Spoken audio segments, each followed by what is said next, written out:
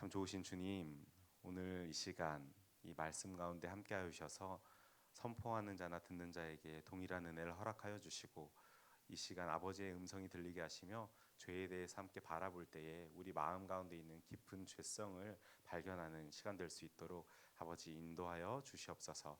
하나님께서 함께하여 주실 줄 믿사옵고 살아계신 우리 주 예수님 이름으로 기도드립니다. 아멘. 우리 옆에 분들과 이렇게 한번 인사할까요? 주님의 이름으로 사랑합니다. 네, 주님의 이름으로 사랑합니다.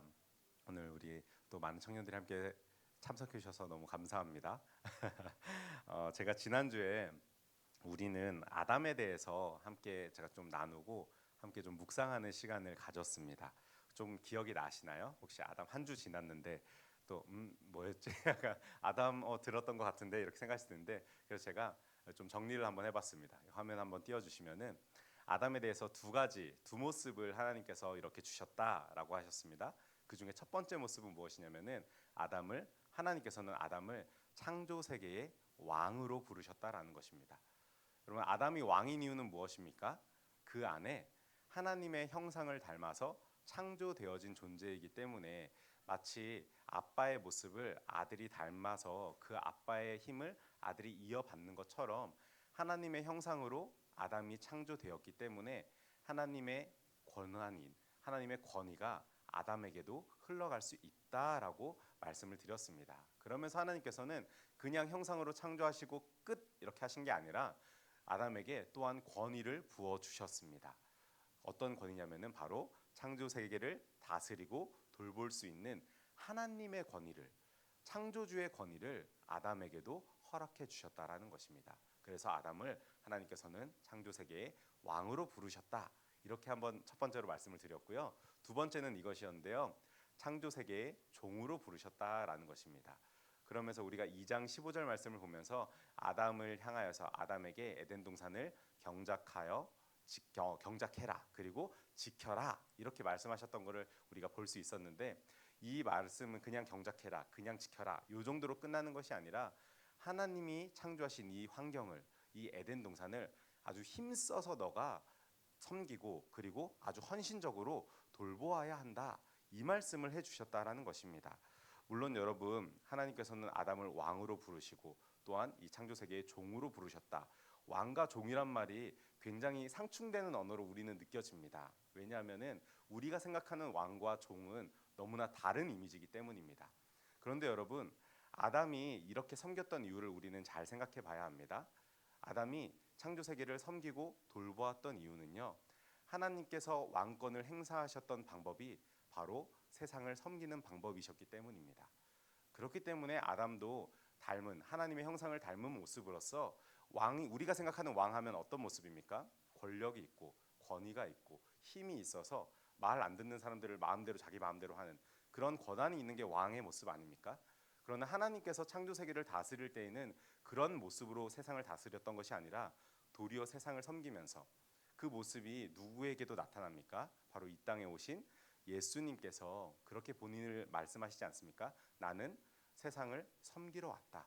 오히려 내가 너희를 너희에게 섬김 받으러 온 것이 아니라 너희를 도리어 섬기러 내가 왔다라는 모습을 말씀하시면서 하나님의 모습을 예수님이 닮은 것입니다. 그리고 그 모습을 아담에게도 하나님께서 요구하셨던 것입니다. 그래서 아담이 창조 세계를 다스리고 돌보며 궁극적으로 모든 피조 세계가 하나님을 찬양할 수 있게 만드는 역할이 바로 이 아담에게 주어진 것이고요. 그리고 이 아담은 이 일을 아주 성실하게 해냈고, 저와 여러분도 하나님이 아담에게 맡겨주셨던 이 일을 우리도 열심히 해야 된다라는 말씀을 지난주에 전해드렸었습니다. 그래서 제가 한 주의 실천에서 위클리 프랙티스 이렇게 올려드렸었죠. 한 주에 한번 이렇게 해봅시다 하면서 일회용품 사용을 줄입시다. 그리고 시편 148편을 하루에 한 번씩 읽으면서 만물이 어떻게 하나님을 찬양하고 있는지 한번 같이 살펴봅시다 하면서 여러분들에게 숙제를 제가 드렸었죠. 그런데 제가 놀라운 경험을 한 주 동안 했는데, 숙제를 우리 청년들이 굉장히 열심히 하더라고요. 제가 인증샷을 한번 여기 올려봤는데, 네, 이런 식으로 청년들이 종이컵 쓰지 않고 텀블러를 씁니다 하면서 사진을 찍어서 보내고, 그리고 어떤 청년은 텀블러가 없었는데 목사님 말씀을 듣고 텀블러를 구매했습니다 하면서 텀블러를 들고 다니면서 물을 마셨다라고 이렇게 말씀을 실천하는 우리 청년들의 모습이 있더라고요. 물론 이런 사진을 보낸 청년도 있었습니다. 하나 더 보여주시면은 네. 좌우 반전을 해서 먼저 보낸 사람 거를 이렇게 보낸 청년도 있더라고요. 그러니까 네, 제가 이걸 보고 처음에는 속았습니다. 그래서 와 진짜 우리 청년들 훌륭하구나. 근데 사진을 계속 보니까 뭔가 어떤 청년이 올린 거랑 너무 닮았는데 하는 생각이 들다가 다시 보니까 좌우 반전만 해서 이 녀석이 보냈더라고요. 그래가지고 제가 웃으면서 아 그래 기특하다라는 생각을 했는데 다음번에 사진 보낼 때는 본인이 한 걸 좀 올려주시기 바랍니다. 제가 아까 그 저한테 보내줬던 사진 보내줬던 청년들한테는 제가 뭐 하트 제일 많이 받은 청년에게 커피를 쏘겠다 이야기를 했었는데 그러지 않고 그냥 보내준 모든 청년에게 다 커피를 제가 보내줬습니다. 그래서 오늘 말씀 마치면서도 또 우리 말씀을 실천하기 위해서 제가 위클리 프랙티스를 드릴 겁니다. 인증샷 보내십시오. 혹시 압니까? 커피가 갈지. 네. 그래서 우리 말씀을 듣고 삶에서 실천하는 우리 청년들과 우리 산부 예배 나오시는 성도님들이 되시기를 바랍니다.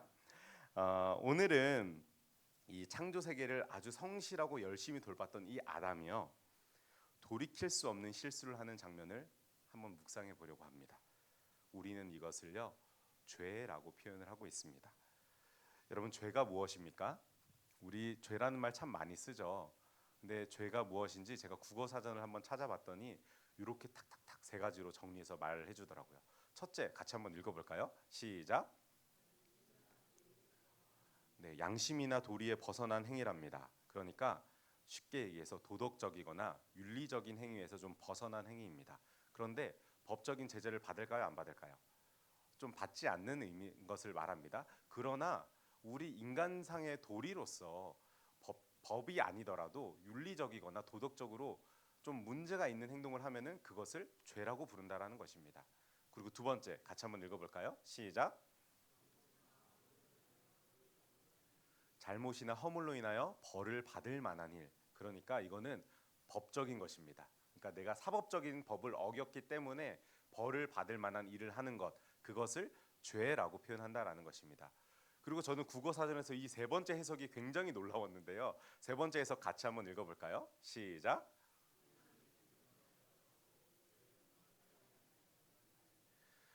여러분 제가 찾은 게요 성경이 아니라요 신학책이 아니라요 국어 사전이었습니다. 네이버 국어 사전에 죄라고 치면요 이렇게 딱 나옵니다. 하나님의 계명을 거역하고 그의 명령을 따르지 아니하는 인간의 행위랍니다.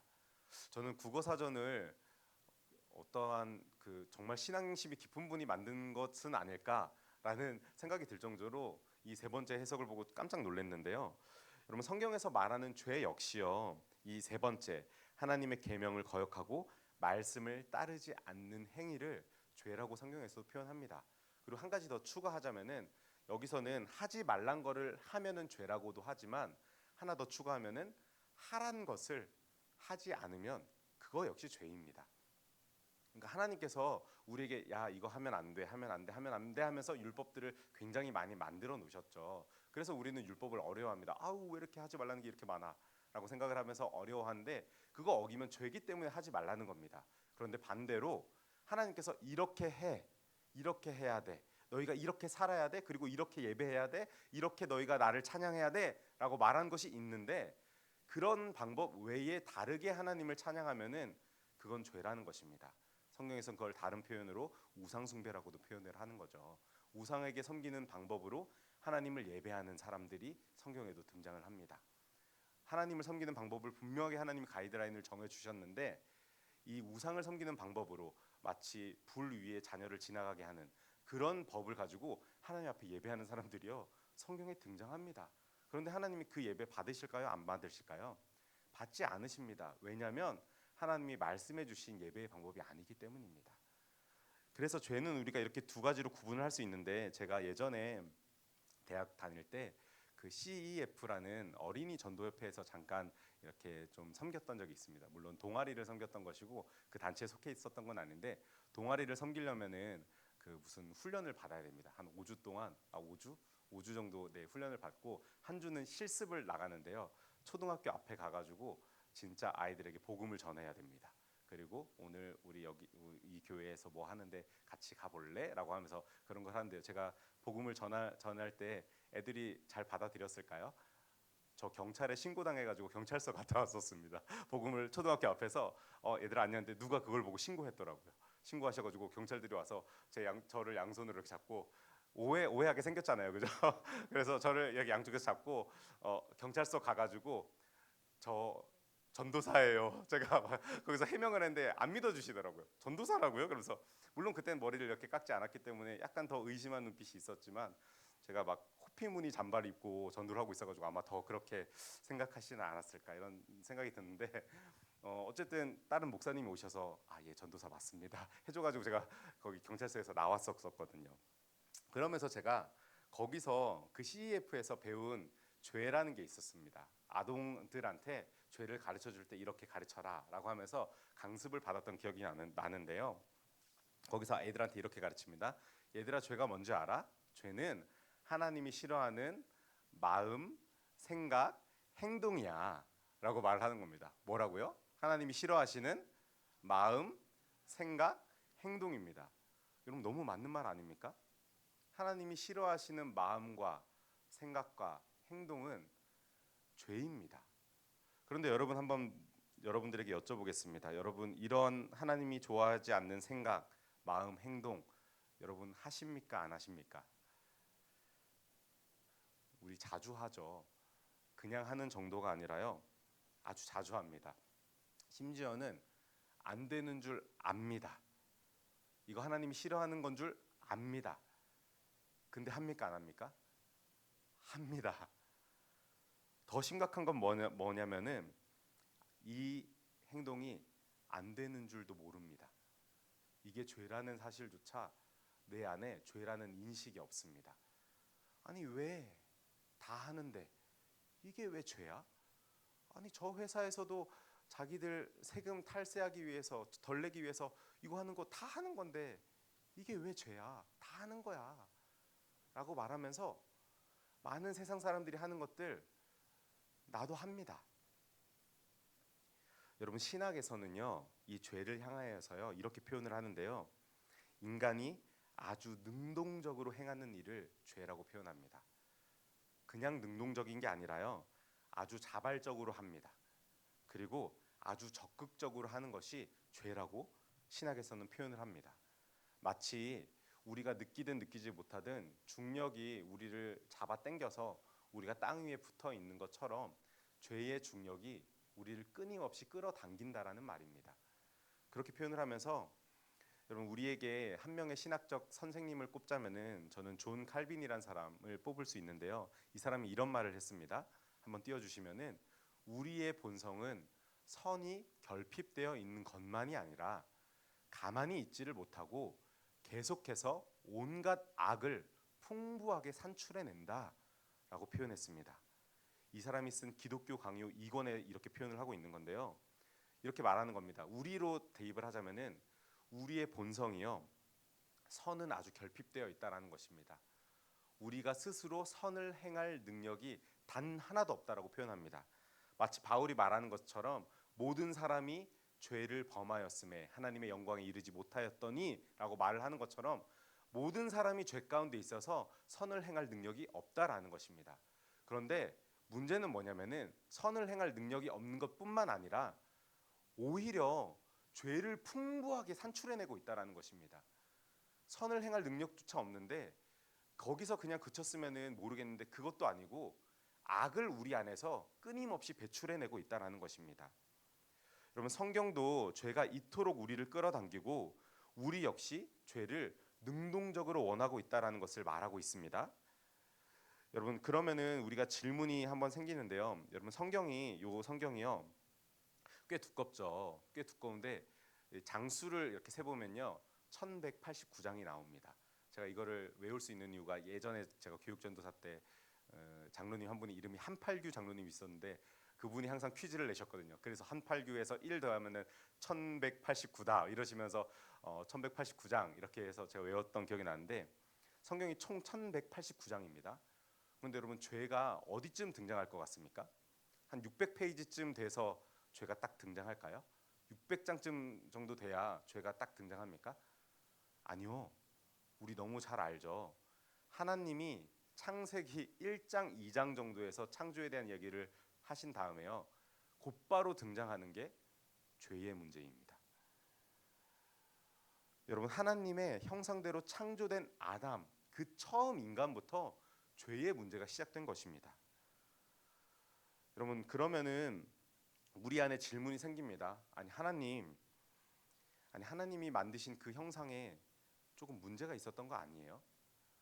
아니, 왜 아담한테 그렇게 유혹을 하셨습니까? 선악과 만들지 마시지. 그러면 유혹에 넘어가지도 않으셨을 텐데 왜 하나님 선악과 만드셔가지고 아담이 그렇게 죄에 넘어가게 하세요? 라고 우리가 질문할 수 있을 것 같습니다. 근데 여러분, 이런 질문이요, 참 우리의 버릇을 그대로 드러내 주는 건데요. 죄의 문제를, 죄의 원인을요, 우리는 하나님한테서 찾으려고 합니다. 여러분, 이 죄의 문제는 무엇에 있습니까? 선악과에서의 문제는 누구한테 있습니까? 하나님에게 죄의 문제가 있었을까요? 아니요.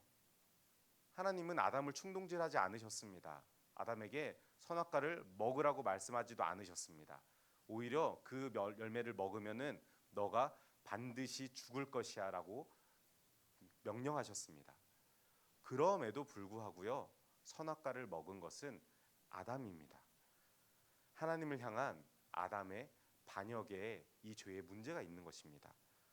여러분, 이 반역의 더 큰 문제는요, 단순한 배반이 아니라 하나님을 대적하는 비열한 모욕이 결합되어 있는 행동이었다라는 것입니다. 칼빈은 이 아담의 행동에 대해서 이렇게 얘기합니다. 첫 사람 아담 내외는 하나님께 거짓과 시기와 악의가 있다고 떠드는 사탄의 비방에 그대로 동의한 것이다. 그 후 불신앙으로 인하여 야망이 생겨났는데 이 야망이 완악한 불순종의 어머니가 되었다. 그 결과 사람은 하나님을 향한 두려움과 경외를 내동댕이 치고 정욕이 이끄는 대로 아무렇게나 자기 자신을 던져버린 것이다.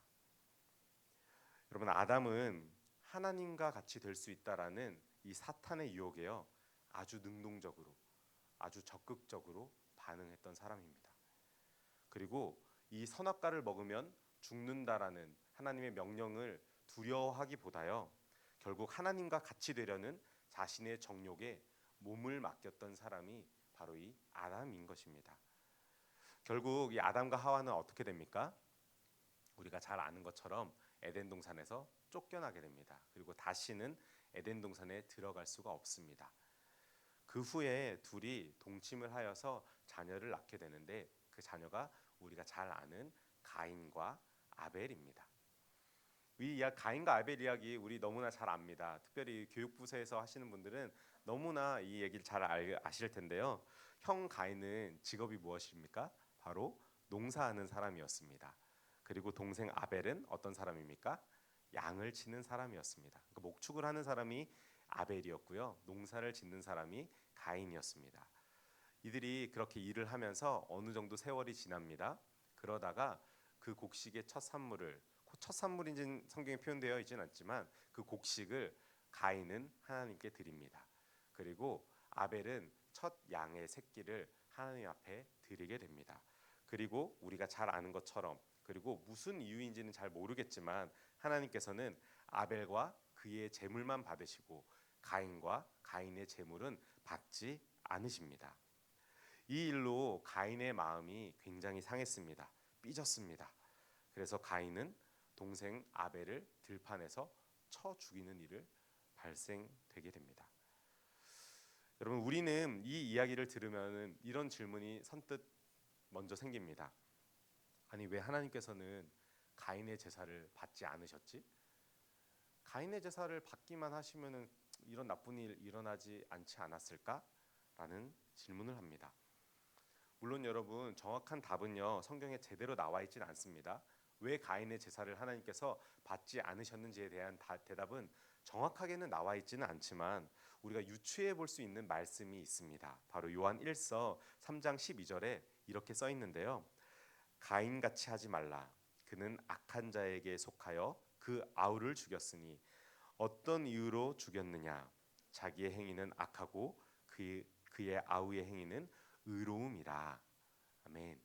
여러분, 하나님께서 이 말씀을 통해서 뭐라고 말씀하시냐면은 가인의 행위는 악했고 그 아우의 행위는 의로웠기 때문에 내가 아벨의 제사는 받고 가인의 제사는 받지 않았다라는 말을 기록하고 있는 것입니다. 그런데 여러분, 사실 여기서요, 중요한 질문은요, 왜 하나님이 가인의 제사를 받지 않으셨나 하는 그런 질문이 아닙니다. 여러분, 한번 생각해 보십시오. 가인이 하나님께 제물을 드리면 하나님께서 무조건 그 제물을 받으셔야 합니까? 하나님께서 가인의 제사를 받지 않으시면 가인이 아벨을 죽여도 됩니까? 그리고 여러분, 하나님께서 아벨의 제사를 받은 것이 아벨이 가인한테 잘못한 것입니까? 여러분, 아벨과는 전혀 상관없는 일입니다. 아벨의 죽음은요, 아벨이 어떠한 잘못을 했기 때문에 일어난 사건이 아니었습니다. 가인은 자신의 제물을 받지 않으시는 하나님에게 성질이 났었습니다. 우리가 읽진 않았지만 창세기 4장 5절 말씀을 보면 이렇게 기록되어 있습니다. 가인과 그의 제물은 받지 아니하신지라 가인이 몹시 분하여 안색이 변하니. 하나님이 가인과 가인의 제물을 받지 않으시자 가인이 몹시 분해서 안색이 변했다고 성경은 기록하고 있습니다. 이것은 누굴 향한 원망이고 분노입니까? 바로 가인이 하나님을 향한 원망이고 분노이고, 그리고 아벨에 대한 질투가 폭발한 장면이 바로 이 장면입니다. 그래서 하나님께 열받은 가인이 자신의 동생 아벨을 죽여버립니다. 어떤 이유에서요? 자신의 분을 풀기 위해서요. 단순히 자신의 분을 풀기 위해서 동생 아벨을 쳐 죽여버린 것입니다. 그때 하나님이 가인을 부르십니다. 가인아, 내 동생 아벨이 어디 있느냐? 네 동생 아벨 어디 있니? 라고 하나님이 가인에게 물으셨을 때 이 가인의 태도가 가관입니다. 하나님께 뭐라고 말씀합니까? 하나님, 내가 내 동생을 지키는 자입니까? 라고 하나님께 반문합니다. 어렸을 때 이 부분을 읽으면서는 어떻게 하나님한테 이렇게 말할 수 있지? 라는 생각이 되게 많았는데, 이번에 말씀을 보면서는 와, 패기가 대단한데 하나님한테 감히, 그러니까 이렇게 말한 겁니다. 아니 하나님, 왜 저한테 그거 물어보세요? 내가 걔 지키는 사람이에요? 걔는 자기 알아서 잘 살겠죠. 저랑 무슨 상관이에요? 하면서 하나님께 빈정대고 있는 것입니다. 근데 여러분, 한번 생각해 보십시오. 이 장면 어디서 많이 본 장면 아닙니까? 아담이 죄를 지은 다음에요, 하나님이 아담에게 죄를 물으실 때 아담이 뭐라고 대답하시는지 아십니까? 하나님이 아담에게 아담아, 너 왜 내가 먹지 말라고 한 그 실과를 너 먹었니? 라고 물어보셨을 때 아담은 3장 12절에서요 이렇게 대답하는데요. 하나님이 주셔서 나와 함께 하신 그 여자가 그 나무 열매를 내게 주므로 내가 먹었습니다. 이렇게 고백합니다. 여러분, 되게 멋있는 말처럼 들리죠. 그런데 실상 이런 말입니다. 여러분, 아담이 말하는 것은 제 아내가 저를 꼬셔서요 제가 먹게 됐어요. 하나님 죄송해요. 이렇게 말하는 게 아니라요. 하나님이 내 옆에 만들어 주셨던 그 여자 때문에, 하나님이 저한테 그 여자만 주시지 않았더라면은 저는 그 죄를 짓지 않았을 텐데, 하나님이 내게 주신 그 여자 때문에 내가 넘어가서 이 선악과를 먹게 됐습니다. 라고 말하고 있는 것입니다. 자신이 지은 죄의 책임을요, 내가 온전히 짊어지는 게 아니라 하나님한테 책임을 전가하고 있는 것입니다. 하나님이 그러셨잖아요. 하나님이 나한테 그러셨잖아요. 하나님이 나한테 그렇게 했기 때문에 내가 그렇게 했던 거지, 내가 원래 그런 마음이 아니었어요. 우리 애기들 보는 것 같지 않습니까? 여러분, 가인도 마찬가지였습니다. 가인은요 자신의 죄가 뭔지 전혀 모릅니다. 오히려 자신의 죄를요 하나님한테 떠넘기고 있습니다. 마치 우리가 하나님은 왜 선악과를 만드셔서 아담이 시험에 넘어지게 하셨는가? 라고 질문하는 것처럼, 하나님은 왜 가인의 제사를 받지 않으셔서 가인이 아벨을 죽이게 했는가? 라고 질문하는 것처럼, 가인 역시 자신의 동생을 죽인 이유는 하나님이 내 제사를 받지 않으셨기 때문이라고 가인은 생각하고 있는 것입니다. 자신의 죄를 하나님 탓으로 완전히 돌려버리고 있는 것입니다. 여러분, 죄는요 철저히 자기중심적입니다. 그리고 그 안에 자기의 모습을 남이 지적하면 굉장히 분노합니다. 심지어 하나님께서 야, 너 지금 뭐 하는 짓이야? 라고 물어보신 그때에도요 하나님을 원망하게 이르는 것이 우리의 죄의 문제입니다. 그러면서 우리는 오히려 하나님한테 반문을 하는 거죠. 아니, 하나님 도대체 저한테 왜 그러시는 거예요? 하나님, 제가 죄를 지을게끔 왜 그런 일들을 만드신 거예요? 왜 하나님이 그러셔서 제가 죄에 넘어지게 하시는 거예요? 라고 하면서 오히려 하나님 앞에 반문을 한다라는 것입니다. 왜 우리가 이런 태도가 우리 몸속에 가득 담겨 있습니까? 이유는 간단합니다. 내가 하나님이기 때문입니다. 내가 더 중요하기 때문에 하나님이 내 문제 지적하는 거 그거 기분 나쁘다라고 나는 말하고 있는 것입니다. 그리고 하나님이 그렇게 만들어셔 놓고 왜 나한테 뭐라고 하냐고 하나님한테 짜증내고 화내는 모습이 우리의 철저한 뿌리 깊은 죄성이라는 것입니다. 이것을 다른 말로 하면, 우리가 잘 아는 말로 바꿔서 말하면요, 바로 교만이라는 단어를 우리는 사용할 수 있을 것입니다. 그러면은 여러분 한번 우리 생각해 보셔야 합니다. 여러분들에게 한번 질문해 보겠습니다. 여러분, 하나님은 우리를 죄에 빠지게 하시는 분이십니까? 여러분, 하나님은 우리가 죄를 짓도록 우리를 충동질하시는 분이십니까? 그러면서 우리가 죄에 넘어져서 쓰러져서 낭망하고 넘어져서 슬퍼한 그때에 하나님 그걸 보면서 막 기뻐하시면서 거봐, 너 나 아니면 안 되지 하면서 웃으시면서 우리를 바라보시는 분이 우리 하나님이십니까?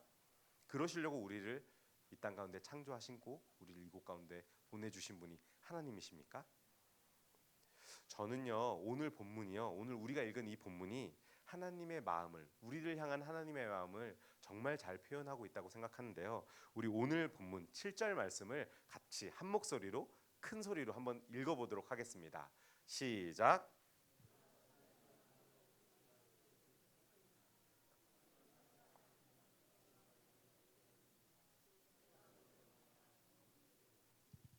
아멘.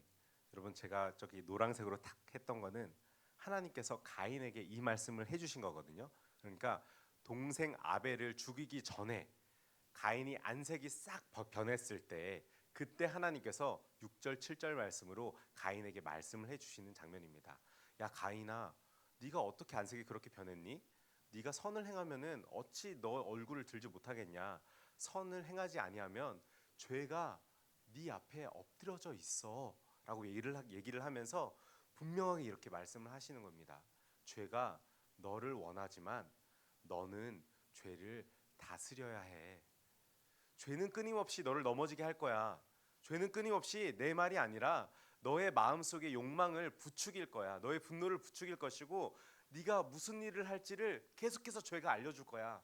그런데 가인아, 너가 거기에 흔들리고 있는 거 내가 지금 보이거든. 그렇지만 죄가 너를 원하지만 너는 그 죄를 다스려야 해. 죄에 휘둘리는 게 아니라 하나님의 권한을 아담에게 주셔서 아담이 세상을 다스렸던 것처럼 죄조차 너에게 다스릴 그런 권위가 너에게 있어. 너는 그렇게 할 수 있어 라고 가인에게 다시 한번 얘기해 주는 장면이 바로 이 7절의 장면입니다.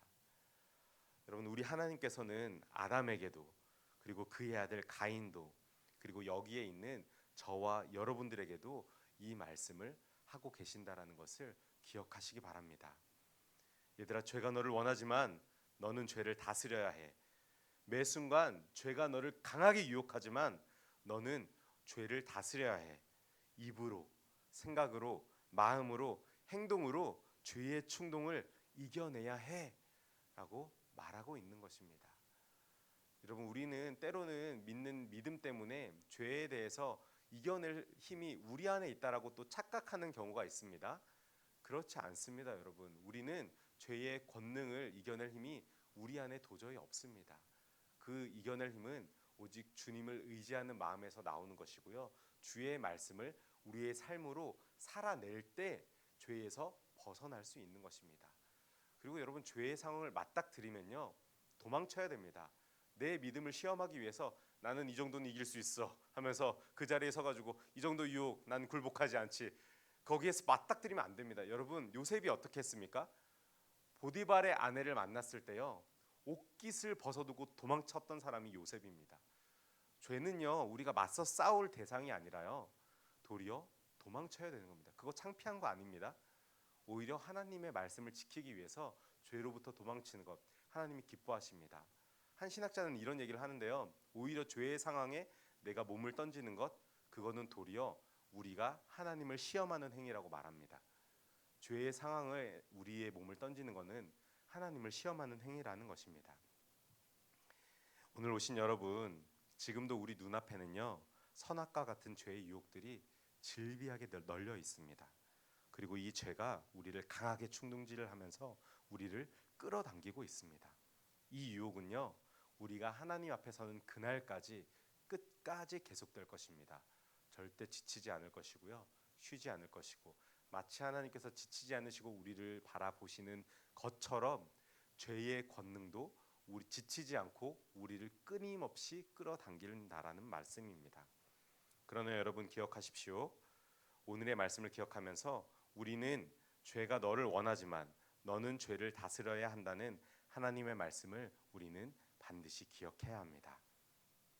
이제 말씀을 마치며 또 한 주의 실천, 위클리 프랙티스를 드리면서 마칠 건데요, 우리 1번 같이 크게 한번 읽어볼까요? 시작.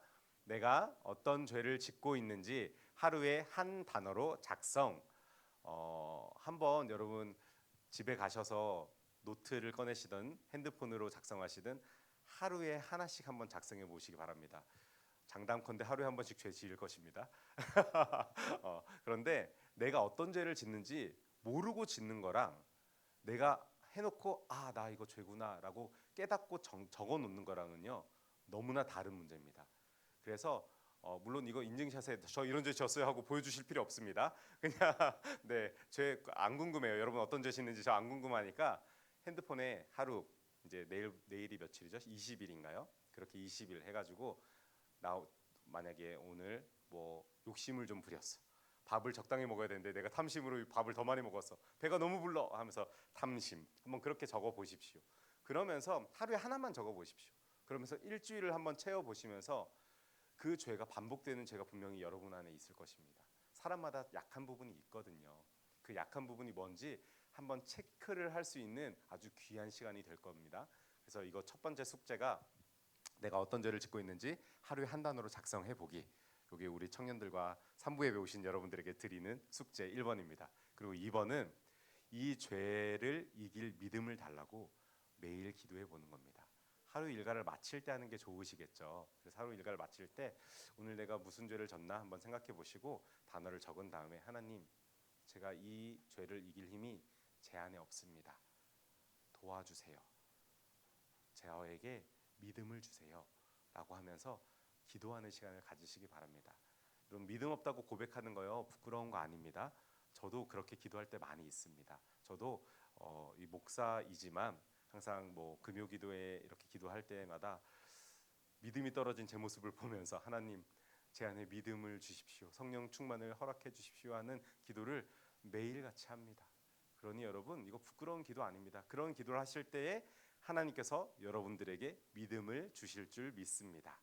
우리 이 말씀을 기억하면서, 그래서 하나님의 중심으로 살면서 이 죄의 유혹에 승리하는 사랑하는 우리의 청년들과 우리 산부 예배에 나오시는 곤지암교회 성도님들이 되시기를 주님의 이름으로 축원합니다. 기도하겠습니다.